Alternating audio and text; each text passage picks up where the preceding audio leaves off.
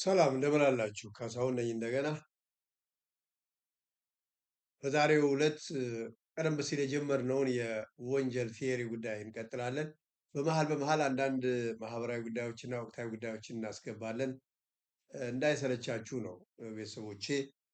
ከዚህም ከዛም ደብለቅለቅ እያደረግን ቁም ነገሮችን እንማማራለን እና ይሄንን ቻናል ለማያውቁ ሰዎች እንዲያውቁት አምስትም አስርም 20 ሰዎች ተመለከታችሁት ሼር ብታደርጉት ጥሩ ነው። ጊዜያችን ማጥፋታችን ካልቀረ ብዙ ሰው ቢጠቀም ጥሩ ነው። ካለፈው ገለጻ እንደው ዝም ብለህ ወደ ወንጀል ቲዮሪ ከምትገባ ቲዮሪን ራሱን ለምን አታብራራልንም ያለኝ ሰው ስላለ ዛሬ ሁለቱን ቲዮሪዎች ባጭሩ እናይና ቲዮሪ ምን ማለት እንደሆነ ለማብራራት እሞክራለሁ። ሁለቱን ቲዮሪስ ማብራራት ያስፈለገበት ምክንያት አስቀድሞ ቀደም ሲል የተጀመሩ ስለሆነ they are already there። ስለዚህ መጀመሪያ ያየነው የቤካሪያን ቲዮሪ ነበር። ታስታውሳላችሁ። ወንጀል የሚፈጸምበት ምክንያት ወይም የወንጀል ምክንያት ሰዎች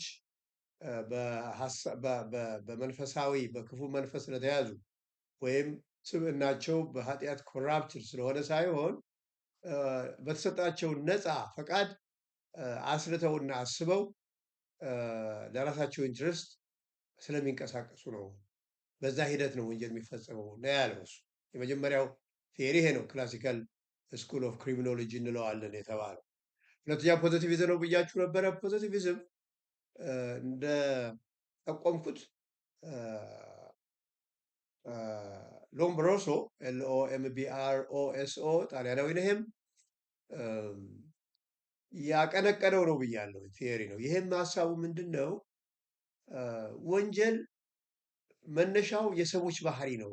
ስነ ልቦናዊ ባህሪ ሊሆን ይችላል፣ ሰውነታዊ አቋማቸው ሊሆን ይችላል። ብቻ የሆነ ባዮሎጂካል የሆነ ባህሪ ይወስነዋል ወንጀለኝነትን።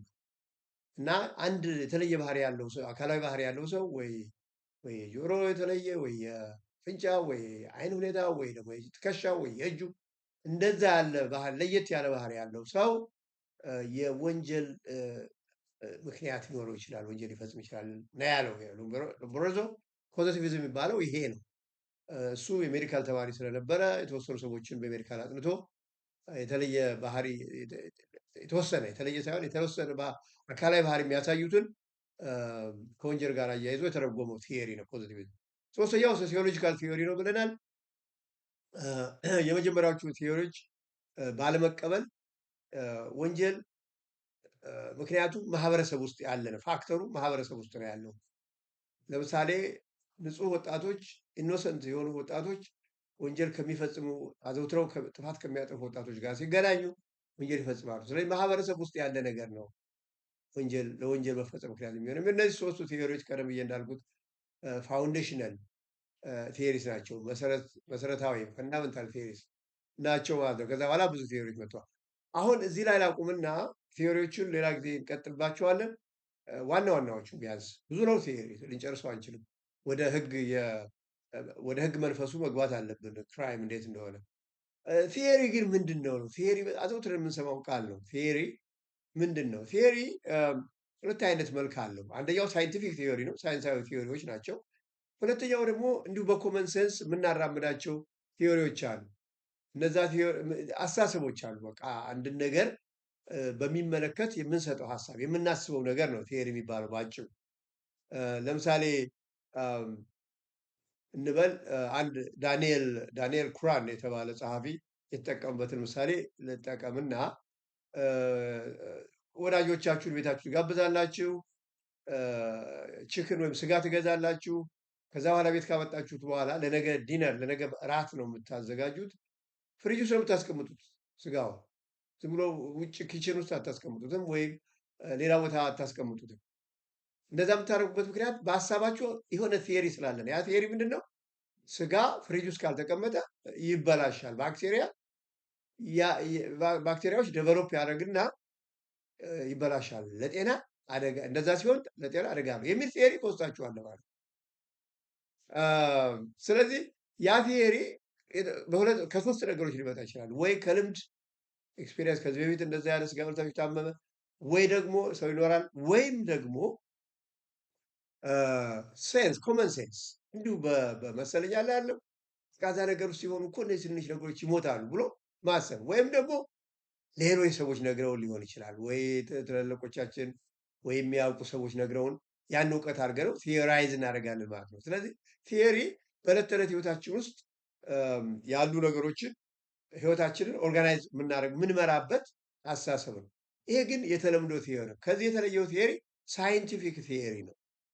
ሳይንቲፊክ ቲዮሪ ከመደበኛው አዘውትረን በተለምዶ ከምናስባቸው በልምድም ካገኘነው ይሁን ኮመን ሴንስ ይሁን ወይም ደግሞ ሌሎች ሰዎች ከነገሩን መረጃ ተነስተን በአእምሯችን የምናሰላስለው ቲዮሪ አንዱ ሆኖ ግን ሳይንቲፊክ ቲዮሪ ለየት ይላል። አንደኛ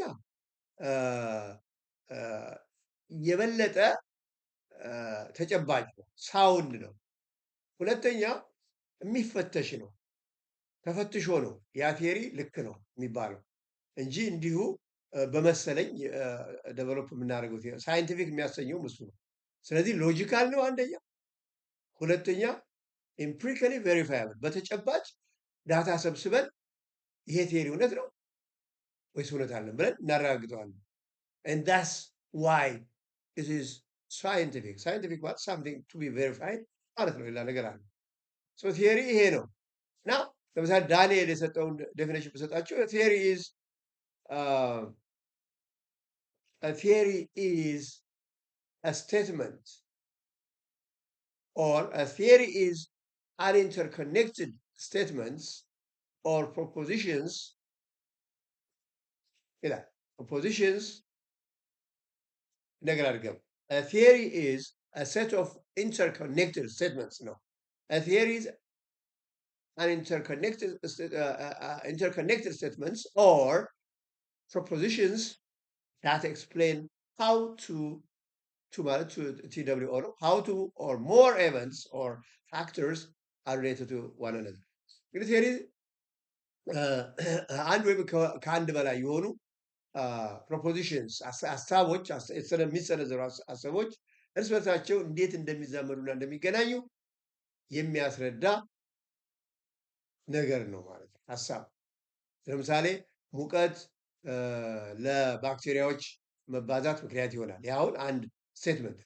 ይሄ ስቴትመንት ስጋ ቅዝቃዜ ፍሪጅ ሲገባ ለጤና ጥሩ ነው። ሁለተኛ ስቴትመንት። አሁን እነዚህ ሁለቱ they are interconnected የቴምፕሬቸር ፋክተር ያገናኛቸዋል ማለት ነው። ስለዚህ ቲዮሪ የእርስ በርሳቸው የሚዛመዱ አባባሎች ወይም አነጋገሮች እና አንድን ነገር ለማብራራት ኤክስፕሌን ለማድረግ የሚረዳ መነሻ ፕሪንሲፕል ነው ማለት ነው። ቲዮሪዎች እንዳልኩት ወይ ከኮመን ሴንስ በተለምዶ ስሜት ከስሜታችን የሚነግረን ወይ ደግሞ ከሌሎች ሰዎች የመጣ ወይም ከልምዳችን ያጋጠመን ከዛ ተነስተን ነው ቲዮራይዝ የምናደርገው። ይሄ የተለመደው ሳይንቲፊክ አይደለም። በመጨረሻ ሁለት ነገሮችን ነግሬያችሁ ስለ ቲዮሪ ያለኝን ማብራሪያ ጨርሳለሁ። ሳይንቲፊክ ቲዮሪ ሁለት አይነት ነው። በሁለት መንገድ ይመሰረታል ሳይንቲፊክ ቲዮሪ። አንድ አመለካከትን የምናዳብረው በሁለት መንገዶች ነው ወይም ከሁለት በአንዱ። አንደኛው ኢንዳክቲቭ ቲዮሪ ኮንስትራክሽን ይባላል። ኢንዳክቲቭ ማለት መጀመሪያ መረጃዎች ወይም ዳታዎቹን ሰብስበን እንመረምርና ከነዛ ዳታዎች ተነስተን አንድ አቋም እንይዛለን ማለት እሱ ኢንዳክቲቭ ነው። ኢንዳክቲቭ ማለት ከአንድ ፓርቲኩላር ሁኔታ ተነስተን አንድን ነገር ኦብዘርቭ አድርገን ከዛ ጀነራላይዝ የምናደርግበት መንገድ ነው ኢንዳክቲቭ ቲዮሪ ኮንስትራክሽን የሚባለው። ከምልከታ ከአስተውሎት ተነስተን ለምሳሌ ውሃ የሆነ ኩሬ ውሃ ከዛ ውስጥ ሳምፕል ወስደን ወይ ቀምሰን ቢሆን እንግዲህ አደገኛ ነገር ነው። ቀምሰን ብንታመም በዛን ጊዜ አንድ የሆነ ቲዮሪ ደቨሎፕ የኩሬ ውሃ ያማል የሚል መደምደሚያ ላይ እንደርሳለን። ቲዮሪ ደቨሎፕ እናደርግ ያ ቲዮሪ ከመመጥ ከአንድ ኤክስፔሪንስ ፓርቲኩላር ከሆነ ኢንስታንስ ተነስተን ወደ ጠቅላላ ድምዳሜ ደረስ ማለት ቲዮሪ ኮንስትራክት አደረግን። ይሄ ኢንዳክቲቭ ቲዮሪ ኮንስትራክሽን። ሁለተኛው ዲዳክቲቭ ቲዮሪ ኮንስትራክሽን። ዲዳክቲቭ ቲዮሪ ኮንስትራክሽን መጀመሪያ ቲዮሪው ቲዮሪ የሆነ ሀሳብ እናራምዳለን እንይዛለን በሀሳባችን። ከዛ ያን ቲዮሪ ቬሪፋይ ለማድረግ ጥናትና ምርምር እናደርጋለን። ወይ ውሸት ይሆናል ወይ እውነት ይሆናል። አስተሳሰቡ ጀነራል ነው። መጀመሪያ ምንም ምርምር አላደረግንም፣ ጥናት አላደረግንም። ግን በሀሳባችን ከልምድ ሊሆን ይችላል ወይ ከሰዎች ካየን ሊሆን ይችላል። ይሄ ነገር እንዲህ ነው ብለን አቋም ይዘን ከዛ ግን ምን እናደርጋለን? ዳታ እንሰበስብና ፕሩቭ ቬሪፋይ እናደርገዋለን፣ እናረጋግጠዋለን ማለት ነው። ይሄ ዲዳክት ነው። ከአጠቃላይ ተነስተን ቲዮሪ ተነስተን ወደ ወደ ማረጋገጫው። ያኛው ግን ቲዮሪውን መጀመሪያ አቋም ሳንይዝ የሆነ ነገር ኦብዘርቭ እናደርግና ከዛ ኦብዘርቭ ካደረግነው ነገር አጠቃላይ አቋም እንይዛለን። ስለዚህ ኢንዳክቲቭ ኤንድ ዲዳክቲቭ ኮንስትራክሽን ቲዮሪ ኮንስትራክሽንስ ናቸው ማለት በሁለት መንገድ ይመሰረታል። ንድፈ ሀሳብ አስተሳሰባችን ይቀረጻል ማለት ነው። እንግዲህ ስለ ቲዮሪ አንዳንድ መሰረተ ሀሳብ ካጋራኋችሁ ለዛሬ ቢበቃ ይመስለኛል። አስፈላጊ ከሆነ ሌላ ጊዜ ተጨማሪ ነገር ልንጨምርበት እንችላለን። ይሄ ቲዮሪ የሚባለው ነገር ምንድን ነው፣ በሳይንስ ምን ያህል ቦታ አለው የሚለውን ለመረዳት በበለጠ ለአሁኑ በዚሁ ልሰናበታችሁ ነው። ቀደም ብዬ እንዳልኩት ለምታውቋቸው ሰዎች ጠቁሟቸው፣ ይከታተሉ። አንድም ሁለትም ፍሬ ነገር ሊያገኙ ይችላሉ የሚል ተስፋ አለኝ። ለአሁኑ በዚሁ ልሰናበታችሁ ነው። እንግዲህ ጤና ይስጥልኝ።